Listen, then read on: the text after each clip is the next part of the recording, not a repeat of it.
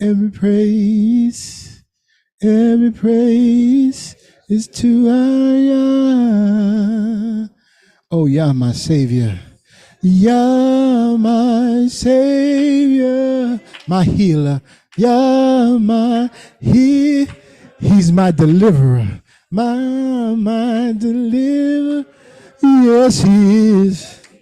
Yes, He is. Yah, my Savior. Yah, my healer. He's my deliverer.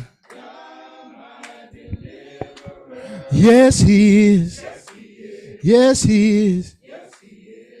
Hallelujah.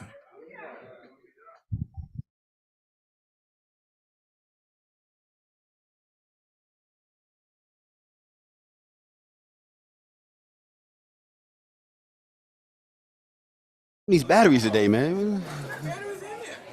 Okay, here we go. All right, we live. Can y'all hear me out there on the internet? Yeah, I can hear you on the internet. Sound good. Sound good. Can.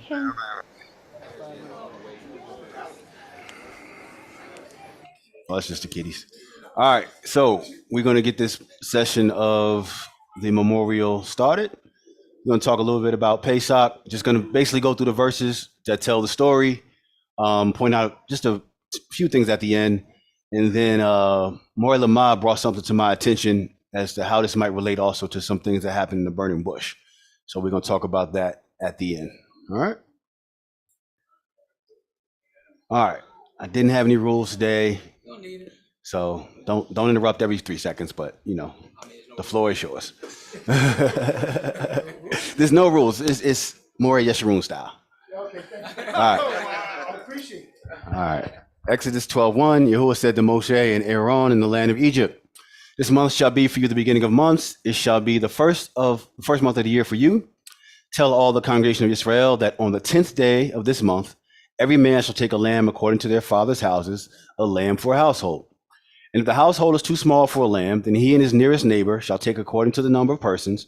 According to what each can eat, you shall make your count for the lamb. Your lamb shall be without blemish, a male a year old. You may take it from the sheep or from the goats. And you shall keep it until the 14th day of this month, when the whole assembly of the congregation of Israel shall kill their lambs at twilight, also known as in between the evenings. Then they shall take some of the blood and put it on the two doorposts and the lintel of the houses in which they eat it. They shall eat the flesh that night, roasted on the fire with unleavened bread and bitter herbs, they shall eat it. So remember, the lamb is to be killed between the evenings and eaten that same night. Do not eat any of it raw or boiled in water, but it's to be roasted, its head with its legs and its inner parts.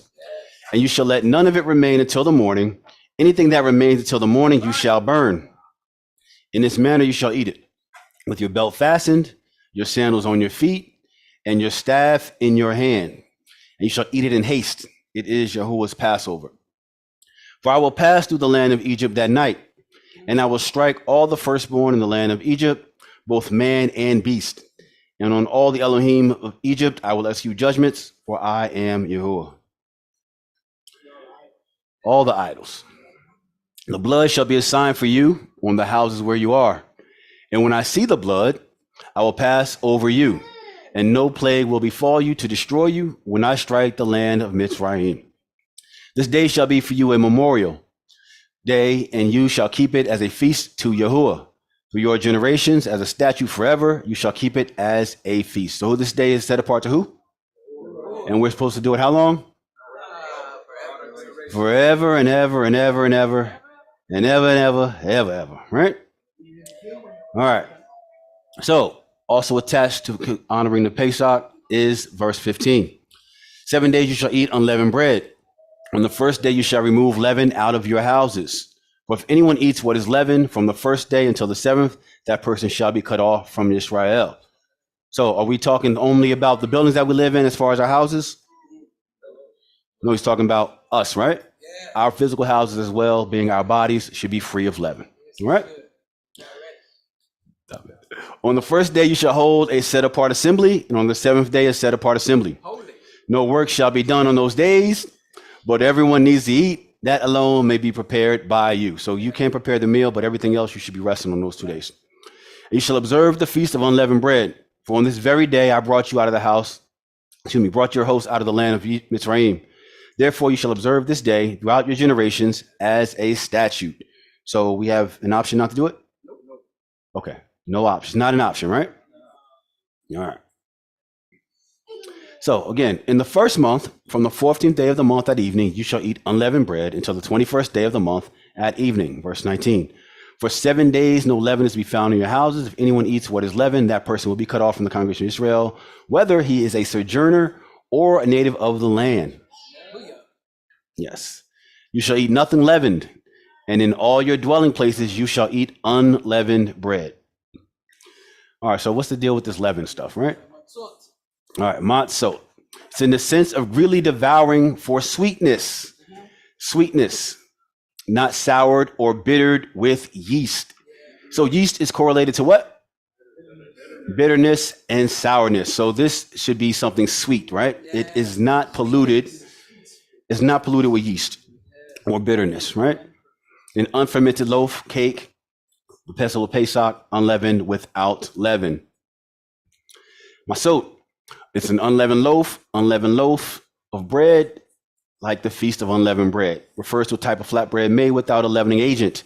There is no yeast, again. There is no sourness or bitterness, all right? So again, you're not just trying to remove it from your bread, but you're trying to remove it from your house as well, all right? So again, for practical purposes, unleavened bread was made from meals prepared in a hurry because it did not need time to leaven in order for it to work, all right? How many of us know how much time we have left? Got about a few minutes. Yahuah knows how many breaths we have left, right? But we don't know, right? So that's our haste. We don't know when our last time is coming. So removing that bitterness is not something you should take your time to do. Go ahead and knock that out. ASAP. So, verse 21. Moshe. I'm saying Moshe. He's saying Moses in the room. Relax. Moshe called all the elders of Israel and said to them, go and select lambs for yourselves according to your class and kill the Passover lamb. Take a bunch of hyssop and dip it in the blood that is in the basin and touch the lintel and the 2 doorposts with the blood that is in the basin. None of you shall go out of the door of his house until the morning. So this is further instructions, right? Got to follow the instructions. For Yahuah will pass through to strike the Egyptians. And when he sees the blood on the lintel and on the 2 doorposts, Yahuah will pass over the door and will not allow the destroyer to enter your houses to strike you. You shall observe this rite as a statute for you and for your sons forever. Now, verse 23, it says that you're supposed to do this on the lintel and the 2 doorposts. What if you only did the doorpost? You're in trouble. What if you only did the lintel? He's coming through the lentil, he's going through the doorpost. Is that going to be enough for him to pass by? No, to the right. You left the spot for him to come on in, right? Right, he's checking both. He's coming in. So make sure that when we following these instructions, we take them seriously, right? That it matters to us. Stop it. All right. So again, the Passover. And when you come to the land that Yahuah will give you, as he has promised, you shall keep this service. And when your children say to you, what do you mean by the service? You shall say, it is the sacrifice of Yahuwah's Passover, where he passed over the houses of people in Israel and Egypt, when he struck the Egyptians, but spared our houses. And the people bowed their heads and worshipped. 28. Then the people of Israel went and did so, as Yahuah had commanded Moshe and Aaron, so they did. So this was the plague that got it all started. The 10th plague, the death of the firstborn. Verse 29. At midnight, Yahuah struck down all the firstborn in the land of Mitzrayim, from the firstborn of Pharaoh who sat on his throne to the firstborn of the captive who was in the dungeon, and all the firstborn of the livestock. And Pharaoh rose up in the night, he and all his servants and all the Egyptians, and there was a great cry in Egypt, for there was not one house where someone was not dead, other than the Hebrews, the obedient Hebrews. Yes. So then he summoned Moshe and Aaron by night and said, up, go out from among my people, you and the people of Israel, and go serve Yahuah as you have said. Take your flocks and your herds as you have said, and be gone. And bless me also while you're at it. He made sure he threw that part in.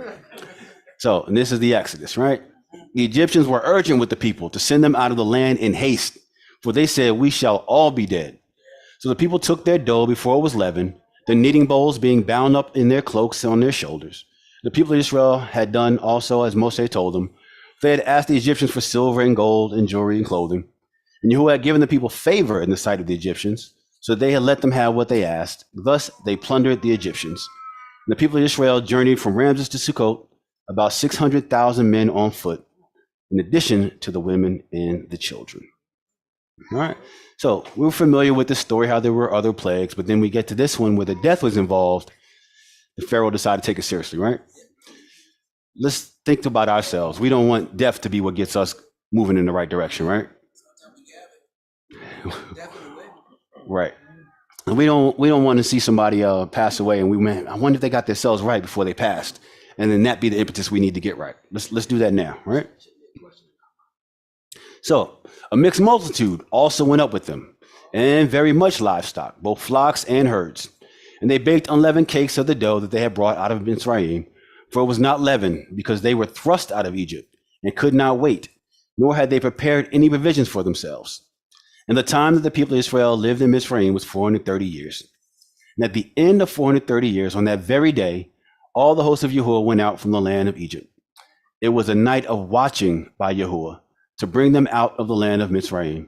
So this same night is a night of watching kept to Yahuwah by all the people of Israel throughout their generations. Right? It was his night then. It's our night now. And we join together to watch it. Right? And Yahuwah said to Moshe and Aaron, "This is the statute of the Passover. No foreigner shall eat of it. But every servant that is bought for money may eat of it after you have circumcised him. No foreigner or hired worker may eat of it." So he makes a distinction, right? It shall be eaten in one house. You shall not take any of the flesh outside the house. You shall not break any of its bones. All the congregation of Israel shall keep it. If a stranger shall sojourn with you and will keep the Passover to Yahuwah, let all his males be circumcised. Then he may come near and keep it. He shall be as a native of the land, but no uncircumcised person shall eat of it. So if the circumcised would be like a native, what would the uncircumcised be like? The foreigner or the hired worker. They go to the first 45 status. There shall be one law for the native and for the stranger who sojourns among you. All the people of Israel did just as Yahuwah commanded Moshe and Aaron. And on that very day, Yahuwah brought the people of Israel out of the land of Egypt by their hosts. All right, so everyone's familiar with the story, right? I heard one person that's familiar. Okay, all right, just checking. Some people, it might be the first time. It's all right. All right, so verse 45, why not a foreigner or a hired worker? Let it marinate for a minute. Just let it marinate. All right, so that's an open question to the room and online. In your humble opinions, why can't a foreigner or a hired worker participate? I mean, they never do me like this. I don't know what's going on today. Okay. There you go. There y'all go. All right. Joshua, go ahead. Because they don't care. They're just a foreigner. They don't understand that the Pesach is a parable to Yahushua and how he died for our sins. They're just there to eat that good old lamb. Doesn't matter to them. They don't care. Naamana? Shalom, because they don't honor the Father. All right. So a foreigner, I go to another country. I'm a foreigner. At this point in my life, I got some people over there sitting over there that I got to be responsible for. After I'm done over there having the time of my life, what I got to do? Got to come back, right? A hired worker. Once he's done doing the work for you, what's he doing? They're leaving. There's no commitment. It doesn't matter to them. They're just there for that moment in time, and then they're out. That is not enough to get you in. This is a commitment. And if you're not making the commitment, this is not for you. What were you going to say? Okay. All right. So this is not the time to invite a visitor to check out what you believe in. Now, all of us are on different parts of the walk. Some of us, this is our first Passover. Some of us our second. So that's not what I'm saying. But if someone's never experienced this or made a commitment, I just want to check it out. This is not the time that you invite them to. All right. Save it for a week, 2 weeks, 3 weeks, whatever. All right. Do not make this the day that you invite someone just to check it out. This is not people just to check out. Family day. No, this is not Friends and Family Day. So So just in case they say, well, where could you find that? So when you look it up in Wikra or Leviticus, it tells you this is a chodesh or set apart mikra or set apart gathering. So something that's set apart means that they've set themselves apart to gather. Right. All right. So we got that part done, right? So let's look back at unleavened bread again. So again, we want to get rid of quarreling, contention, debate, and strife. It says Proverbs 13:10, by insolence comes nothing but strife or bitterness. I stole these slides from Moreh Canaan, by the way. But with those who take advice is wisdom. It also says, behold, you fast only to quarrel, have a heated disagreement or an argument, and to fight. It's all good. Just waiting for somebody to turn the camera off. No worries. No worries. No worries. All right. Behold, you fast only to quarrel and to fight and to hit with a wicked fist. Fasting like yours this day will not make your voice to be heard on high. That's the part I want you to realize. Isaiah 58:4. Fasting like yours this day. So you just can't fast any old way. It will not make your voice heard on high. So again, the Father does not respond to bitterness and quarreling positively. Strife and quarrels lead to division. It divides us from each other, and it will divide us from the Father. Right? So, just like in Isaiah 58:4, Elohim's idea of fasting extended far beyond just public expressions of mourning. The same goes with his feast days. This isn't for show. It's not a show. You get no credit from the Father just for showing up. What? Nope. Nope. No. So, you showed up, right? Your body showed up, but your heart wasn't here. Your body showed up, but your mind was somewhere else, right? Your voice may not be heard if your heart isn't right. So keep that in mind, that this is not just for show. It's not something that you just have to do, or, man, they're going to talk about me if I don't show up, so let me show up, right? It's not what this is about. You might as well stay home if that's your reason for being here, all right? Okay. All right. So let's consider this about the Pesach. The Father gave us the blood of the Lamb in order for him to pass over our sins and allow us to live. Do we not owe it to our brothers and sisters to do the same for them, to pass over their transgressions against us? I've said this before. I'll say it again. None of us should ever be in a place where we do not forgive. None of us have that right. Okay? But I also add the second part. Do remember that in order to be passed over, though, there were certain steps that need to be taken. So if you didn't do it right, you were not promised that he would pass over you, right? So the same thing here. When it comes to forgiveness, the person that's wrong, there's certain things they need to do, right? So if you know that you've wronged your brother or sister, go to them and make it right. Don't just take the forgiveness for granted, all right? So those are the two things that I had as far as just Pesach in itself. So now I want to take some time and look at the things that happened at the burning bush and the signs and how they tie to some of the plagues that we saw in Mitzrayim. All right. And I didn't go through all the plagues, but most of us are familiar with the plagues that led up to the 10th plague, correct? Okay. All right. So when you think about the burning bush and the three signs at the burning bush, the question is, do they have any more significant meaning other than being three really cool things that Moshe can do? Yes? No? Of course the answer is yes, or I wouldn't be up here, right? So I don't do trick questions. So what exactly was the purpose of the signs? So for that, we need to pay attention a little bit to the conversation between Elohim and Moshe. So here's a little bit of how that conversation goes. And it goes all the way back to chapter 3 before the signs. Why don't you read in Hebrew for me? Just read it. Just read it. If you can make all these side comments, you can read on Hebrew when I ask you to. I definitely can. You know, והייתה חזקת בני ישראל בעול עלי, וגם ראיתי את לחקסי, אשר מצרים לא חצים אותם. Hold on. See? It wasn't so hard. Oh, yes, easy. So, and now behold, the cry of Bnei Israel has come to me. And I've also seen the oppression in which the Mitzrayim oppressed them. Come, I will send to Pharaoh that you may bring my people, Bnei Israel, out of Mitzrayim. All right, so he's going to come for them. ואתה, הנה צעקת בני ישראל ואשלחך אל פרעה, וגם ראיתי את הלחץ אשר מצרים לוחצים אותם. All right.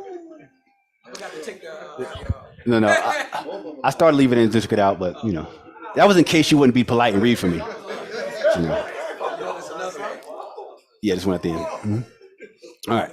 So take note that the cry and oppression were one of the reasons that he was sending Moshe.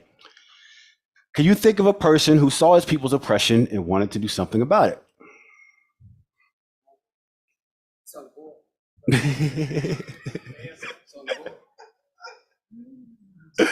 All right, let's take a look at Exodus 2:11.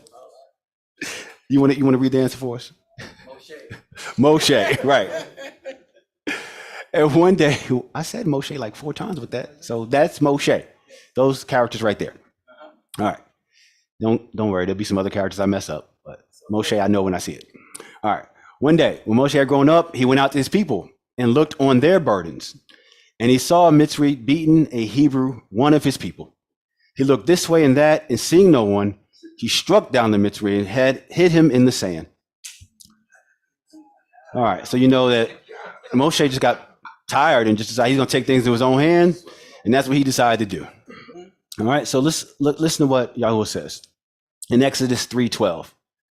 He says, "But I will be with you, and this shall be the sign for you that I have sent you. When you have brought the people out of Mizraim, you shall serve Elohim on this mountain." 13. Then Moshe said to Elohim, "If I come to the people of Israel and say to them, the Elohim of your fathers has sent me to you, and they ask me what is his name, what shall I say to them?" You want to read that one? Sure, I'll read that one. He'll say, "Omer Elohim El Moshe, Iye Asher Iye." Yes. Or Ahaya Asher Ahaya. Ahaya Asher Ahaya, right. And he said, "Say that Yahuah has sent me to you." Exodus 3:15. Elohim also said, El Moshe, say this.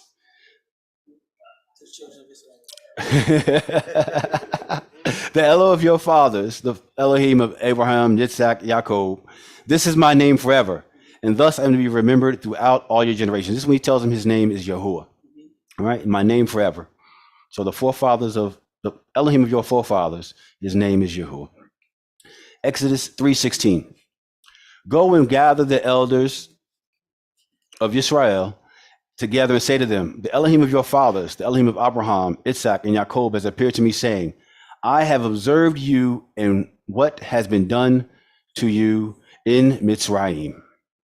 All right. So are they going through these sufferings by themselves and he's not aware of what they're going through? How do we know that?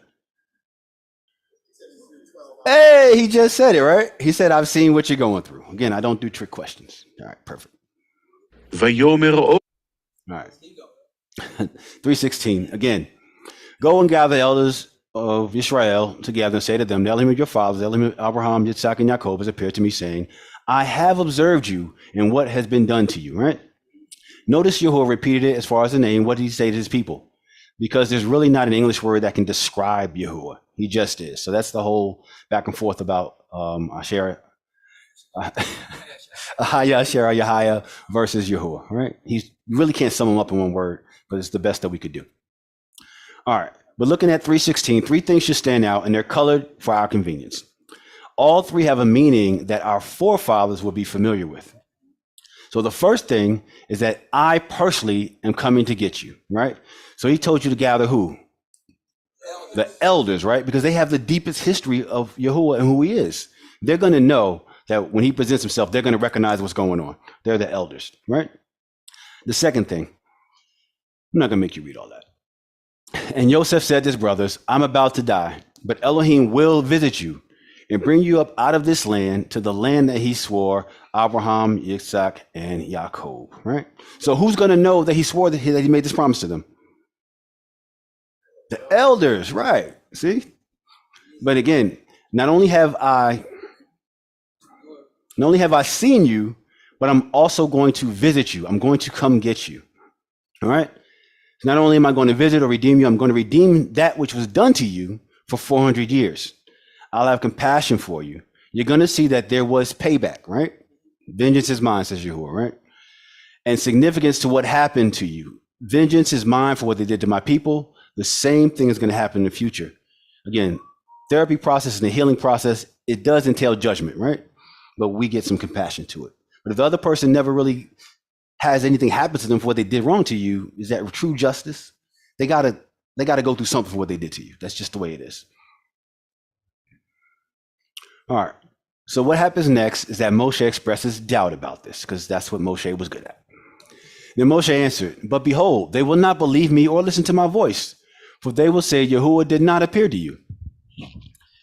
He's basically saying that we're not even getting to first base because they're not believe anything. They're not going to listen to me. They're not going to believe that you appeared to me, and they for sure not going to believe that you're taking them out of Mitzrayim, and for sure they're not going to believe that you cared about them to the extent that you shared their pain, that you're going to redeem anything. That he don't believe that anything is going to happen, right? And that when I tell it to them, they're not going to believe me. So it is in that response that Elohim comes with the three signs to prove not only to Moshe, but let's just say Moshe was right and they really wouldn't believe him. I'm not going to just send you out to empty. I'm going to bring signs with me. All right. So how do these three signs possibly express any of that? I'm sorry, excuse me. That means that three signs are going to show three things. They're going to show that Elohim appeared to Moshe. They're going to show that the Elohim of Abraham and Yitzhak and Yaakov appeared to Moshe, and that Elohim is committed to taking them out of Mitzrayim, and that Elohim is committed to pay back the Mitzrayim for what happened to them, right? He's going to show up, and he's going to pay them back. So how do these signs show any of that? So let's take a look at the three signs carefully and kind of check out what's going on. But when we get to the second clue, which the sign is going to actually precede the other three signs. So if you look carefully at the experience of Moshe while he's at the burning bush, you'll find that there was a sign even before this, right? But again, not what we think is a sign. So we might not recognize it because it's not really what we're used to seeing when it comes to a sign, but it's going to be what Yahuah thinks is as a sign. So the same word, ot, which Elohim uses to describe these three signs, he's going to use to describe the sign again afterwards. But if we take a look at the signs and listen to what it says, we'll see if we can spot it. Again, listen to what it says. All right, let's talk about these three signs. Let's look in Exodus 4:8.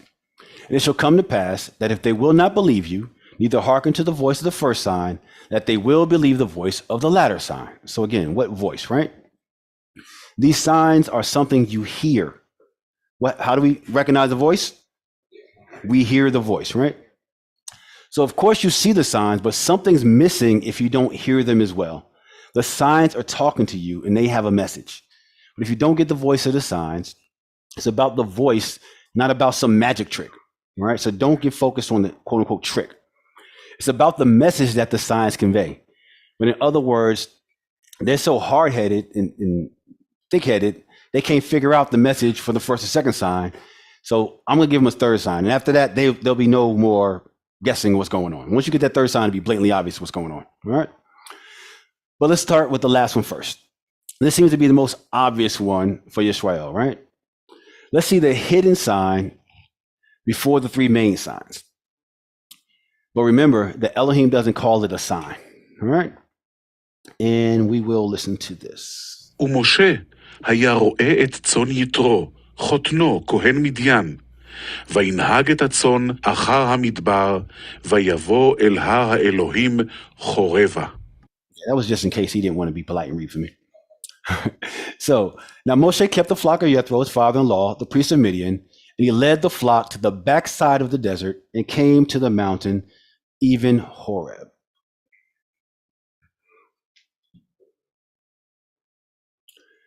So again, remember he said that his main audience when he's speaking to was the elders, right? But were there only elders there? No. So let's consider those that were not elders, right? So if you're reading Shemot for the very first time, let's say you're in the 6th grade, right? And you're reading Shemot, how are you supposed to understand that verse, right? The verse kind of presupposes that you learn the rest of Shemot. They think that you know the whole thing, right? So that you understand the context. But once I understand that there was this thing called Sinai, and I figured out that Sinai, through Devarim, excuse me, I read the word, that Sinai and Horeb are really the same thing, then I can come back over here and I can understand, oh, the mountain that he went to is really B'nai Elohim. But if I haven't learned the whole Torah, how am I supposed to understand it possibly, right? what is there about this mountain that makes it so special, right? It's the mountain of Elohim. Why? You see that even here, it's focused on the future. It's focused on a specific future event, and that event is the revelation at Sinai. The revelation is important for understanding what's happening here. So once we understand the revelation, then we can put it in context of what's really going on, right? What was revealed to him at Sinai. Okay, Slika, you got your cloth? You clean those for me? Oh, you stink. Slika, I can't see what's going on. All right. So Moshe leads the sheep through a desert and brings the sheep to Horeb, and at that mountain experiences an amazing thing. He sees fire descending from the heavens upon this natural object, but it's not consuming the object. All right, so what story are we talking about? The burning bush, right? So the object is the bush, but there's fire, but it's not making the bush burn. So you could be thinking that I'm telling you the story of the burning bush, but the answer is no, it's not the burning bush. Okay, maybe I do trick questions sometime, right? All right, so I'm talking about Sinai. Where is the sheep, or what does the sheep represent if you're not talking about this story? The sheep I'm referring to is B'nai Yisrael. So Moshe again has his father's sheep, except this time it's not Jethro's sheep, it's his father's sheep in heaven. And the sheep are B'nai Yisrael. So once again, you see him leading sheep, but he's leading this flock through the desert until he gets to Elohim, right? The mountain of Elohim.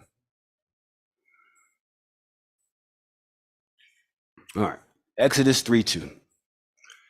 And the Mizraim the Malach of Yahuah appeared unto him in a flame of fire out of the midst of a bush, and he looked, and behold, the bush burned with fire, and the bush was not consumed. So the bush wasn't consumed, but why does that matter?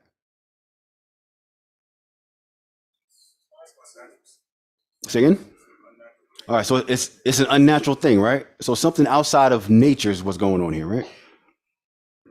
All right, so if you think about why it is that the bush isn't being consumed, there actually is a reason that it's not being consumed, but it's not quote unquote magic, right? There's actually a perfectly sensible reason why the bush isn't being consumed. So again, if you think about the sign, it's not some magic trick, right? There's a meaning to the sign. So what might that meaning be? The meaning is that the fire is not using the bush to fuel it to keep it alive, right? The fuel is only coming from Yahuah. So Yahuah is what's keeping this fire going, not the bush itself, right? It's a sign that he's there, right? It wasn't just some hocus pocus thing and he was trying to get his attention. It's him again saying, I will be with you, right? I am here. I am in this presence, in this moment with you.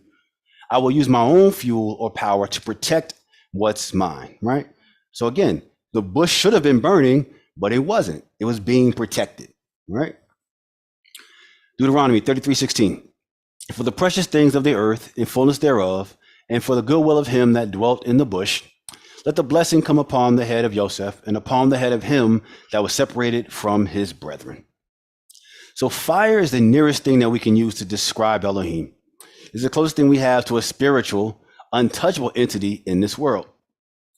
Our experience of fire is that it's a byproduct of the bush, right? That's usually what we're seeing. That you get a match, you get some dead leaves, and that's what's actually causing the fire. That's our natural experience, right? So it's a byproduct. One causes the other. That's what a byproduct means, right? This thing happened, which caused the next thing, right? It's a byproduct of physical things that we can touch and we can feel. So sometimes there's a fire that will use those things that we can touch and feel as a fuel. But if we take the metaphor all the way out to its extreme, could you kind of explain the experiences of what we call consciousness? How would you explain being conscious? Can anybody take a stab at that? And don't be cheating and reading the bottom half of the screen. Conscious. What does it mean to be conscious? We got any microphones in the room?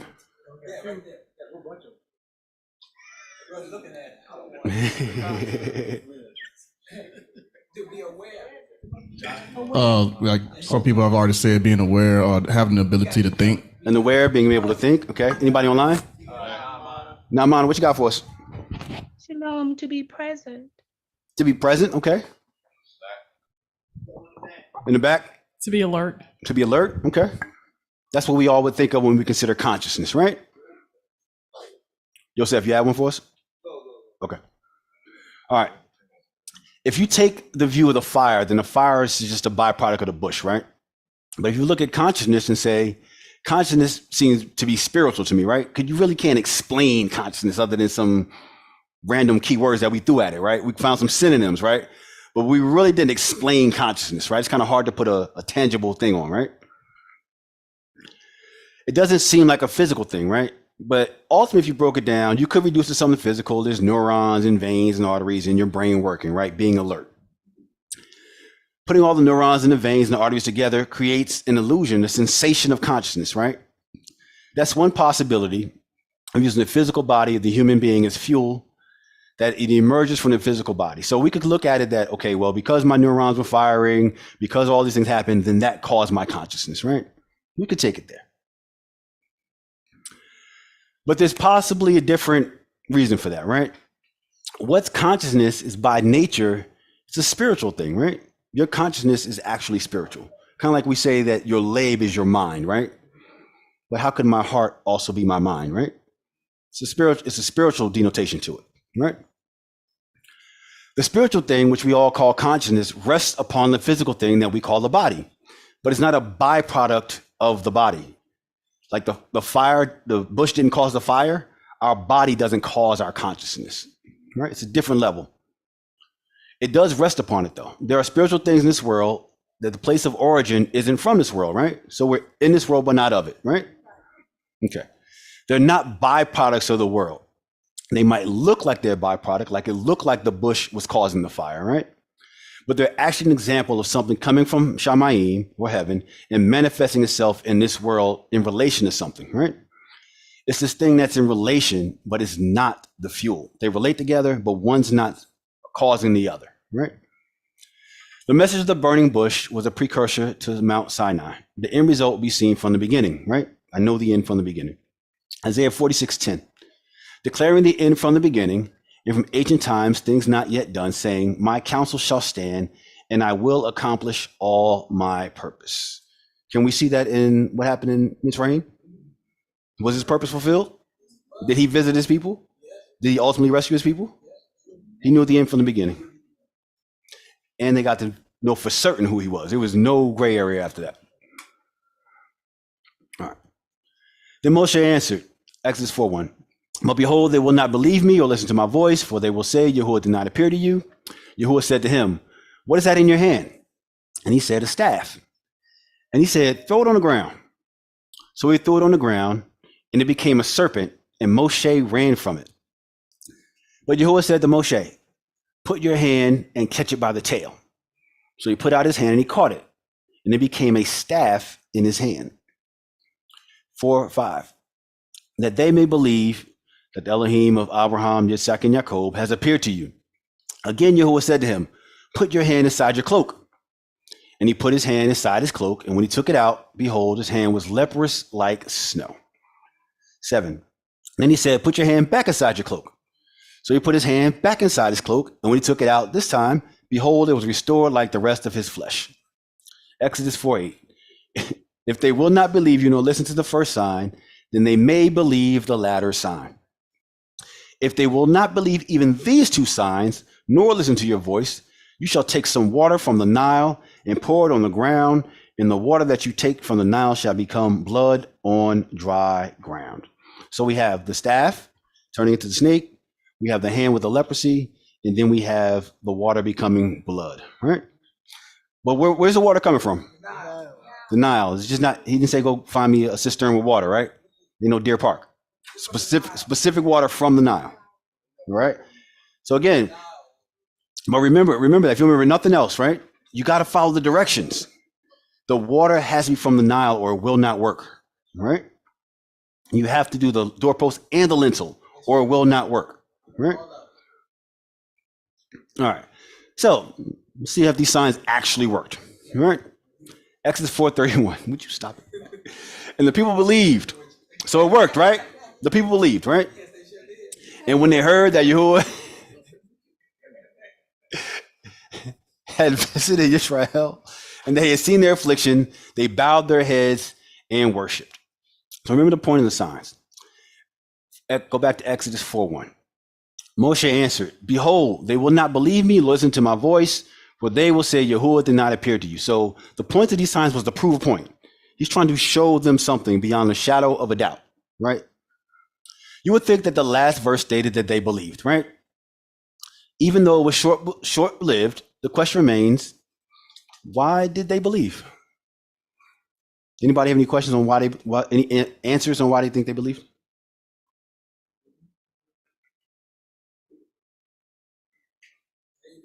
Go ahead. Hey, Shalom, Mark. So I say simple and short because they were tired of oppression. Tired of the pressure? Okay. Tired of oppression. Tired of oppression, right? They were at the point like, I can't do nothing but believe because what I'm doing so far hasn't worked. Okay. All right. Yahuah couldn't just redeem the people. He had to redeem what was done to them also. So how do you redeem both a people? You set them free, and you can redeem what was done to them. How are you going to do all three parts, right? So that's where the three signs come in and show how it's going to work. You got to do all three parts, all three signs, right? As we look at the mysterious signs, again, the staff and the snake, the hand turning white, and then turning back to normal, and the water turning to blood, we start to see at the end trying to figure out what it all might mean. Let's look at these three things, A, B, and C. The Torah suggests that the last of the signs might be the easiest to actually understand. B, when Elohim first delivered the signs, he told Moshe that the people didn't listen to the first two signs. The third would be a dead giveaway, which we just read, right? Why would it have been so obvious what it meant? Go ahead. No, answer it. I asked it for a reason. There was something that was done in that now. Babies were dumped in there, killed. So there's a lot of blood in that now. A lot of blood in that now. Okay. I heard a comment in the front.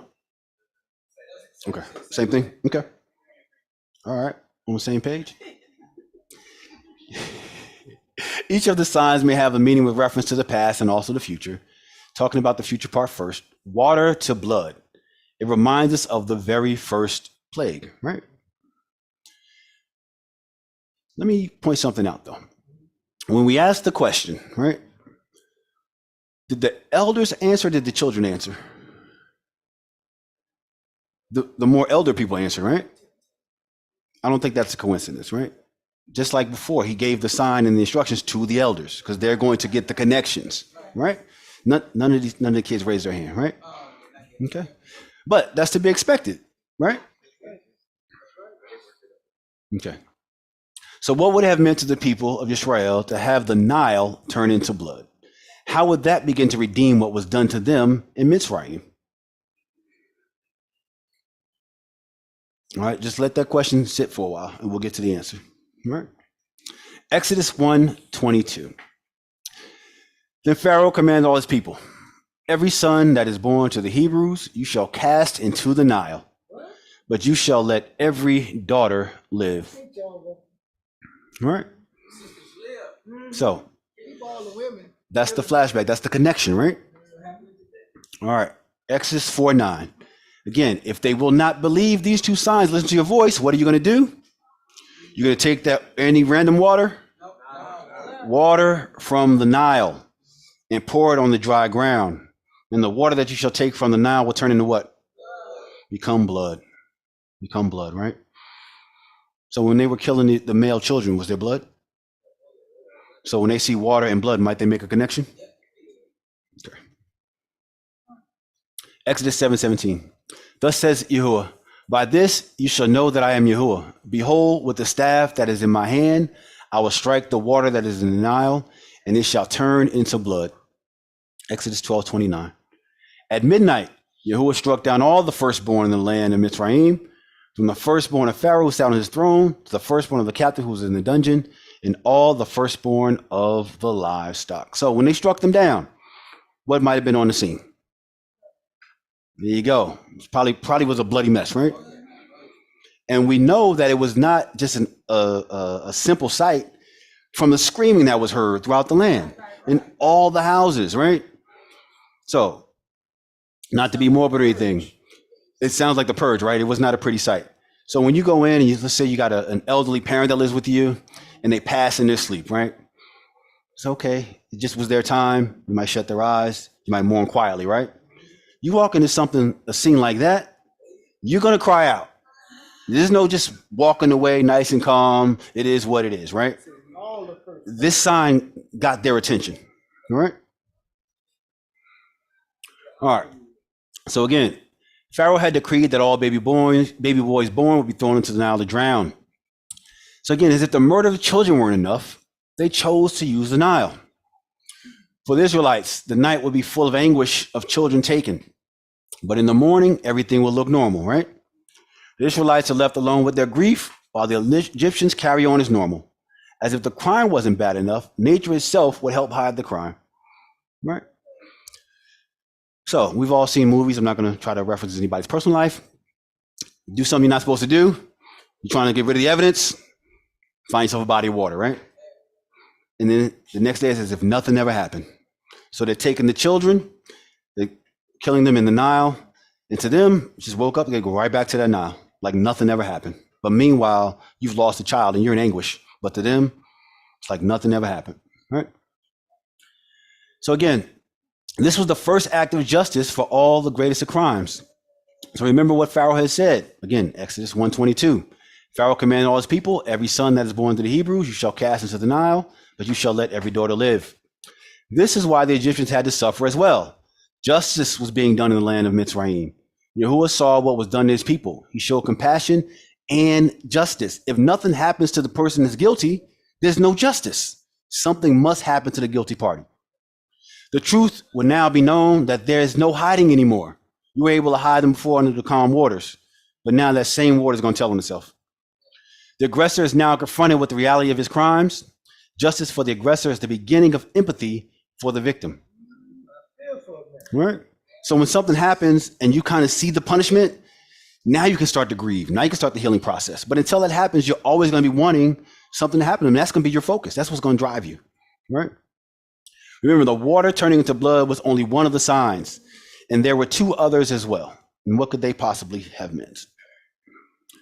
Let's look at the staff and the snake. Elohim tells Moshe to take his staff and cast it down to the ground. So miraculously, it turns into a snake when it hits the ground. Moshe doesn't want to touch it, but Elohim tells him to grab it and grab a hold of it. And then it turns back into a staff, right? Does it remind you of anything at the beginning of the process of enslavement? That it might remind us of Pharaoh's first great lie?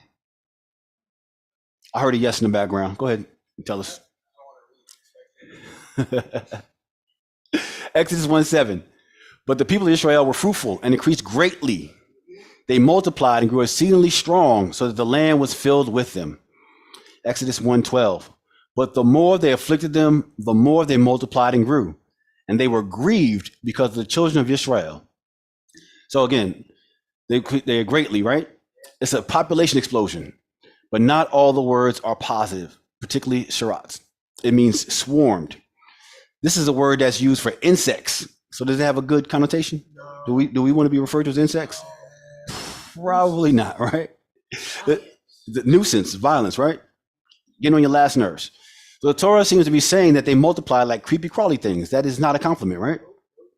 All right. So how are the Egyptians treating the Israelites? Like creeping, crawling things, right? Or like the Nakash. The hatred between people and snakes goes back a long time. So creepy things, swarming insects, when bugs are around you, you're just going to sit there and chill? You're swatting that thing, you're doing anything to get rid of it, right? When a snake comes by, you're going to just chill? You're going to find something to try to harm the snake, right? You might move to a whole new place, right?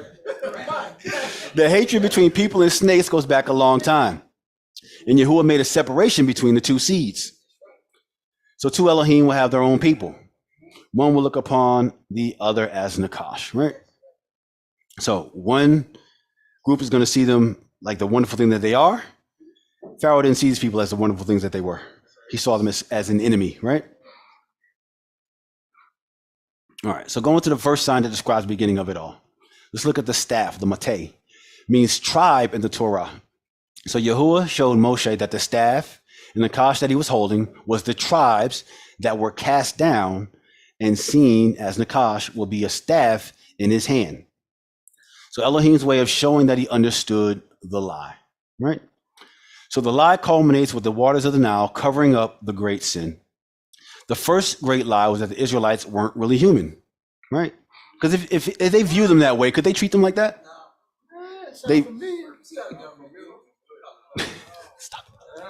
They were snakes. They were creepy crawly things. They were less than human, right? The signs begin to tell a story of dehumanization culminating in genocide. They're trying to get rid of them, right? The third sign tells the end, and the first sign tells the story's beginning. So look at the second sign. He tells Moshe to put his hand inside his clothes near his chest. And he takes it out as ashen white as if it were afflicted by leprosy. Now he does it again, and then the leprosy is gone. As if the whole leprosy thing was one big lie also. So just as Nakash wasn't really a Nakash, he was a tribe, Moshe's hand wasn't really leprous. It's all a lie.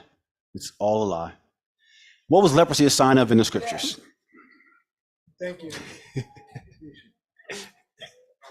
Numbers 12:10. When the cloud removed from over the tent, behold, Miriam was leprous like snow. And Aaron turned towards Moshe, and behold, she was leprous. Numbers 12:12. Let her not be as one dead, whose flesh is half eaten away when he comes out of his mother's womb. So what's the message? Yisrael is not dead to me.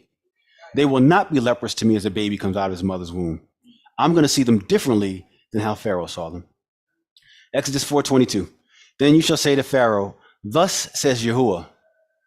Everybody read that last part out loud. This word is Yisrael. Yisrael is my firstborn. That's how Yahuah sees you. He's making that perfectly known, right? I will show Yisrael that I remember what I promised to your forefathers, and that the lies and the cruelties that this nation has done, I have seen them. I have seen them. I know exactly what you went through. Any questions? That was good. Hallelujah. Hallelujah. I got my yield slide. I yield. All right. So don't you start. Don't you start. Don't you start. Don't you start. Oh, yeah. Okay.